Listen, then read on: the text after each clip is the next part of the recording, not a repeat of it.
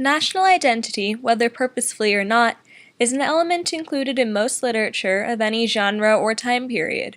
By analyzing this literature, we can develop a better understanding of what it was like emotionally to live in that time period, and a better understanding of how we should see the world of our present and future.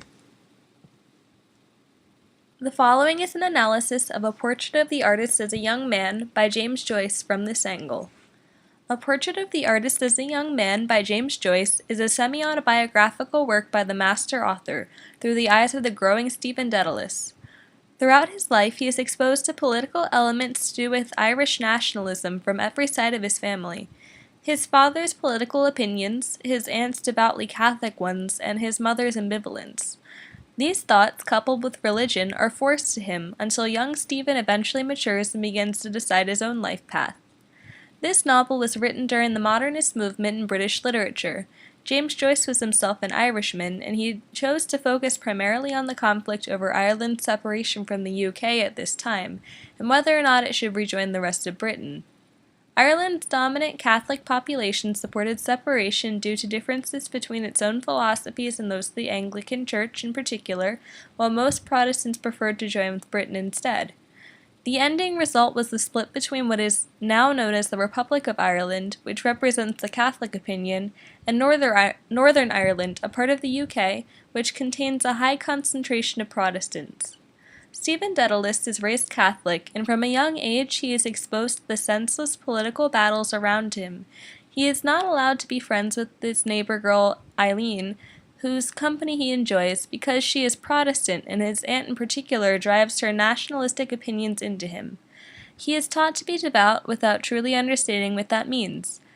When he is sent off to a Jesuit boarding school, he finds that he lacks a true connection to the religion that he has been forced into, and he also feels a separation from the other boys around him. For the rest of his life depicted in the book, Stephen oscillates between piousness and heresy. First, he falls into sin by sleeping with prostitutes and develops a taste for nightlife. He is consumed by guilt, however, after receiving a particularly pointed sermon and repents, nearly becoming a priest by the end of his education. He changes his mind, however, and eventually receives the realization that he will never truly be pure. The ideal that has been set before him is unreachable, and he decides to trace out his own middle ground, somewhere falling closer to hell than heaven, but not quite skimming the fire and brimstone beneath.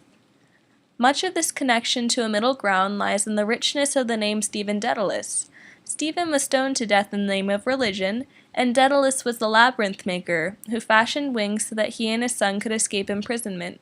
Stephen is the son who cannot fly too close to the sun or he will drown in the water. Each time he gets too close to heaven, he falls back down to hell. Eventually he finds the middle path which will be safest to him, although it is not entirely pure.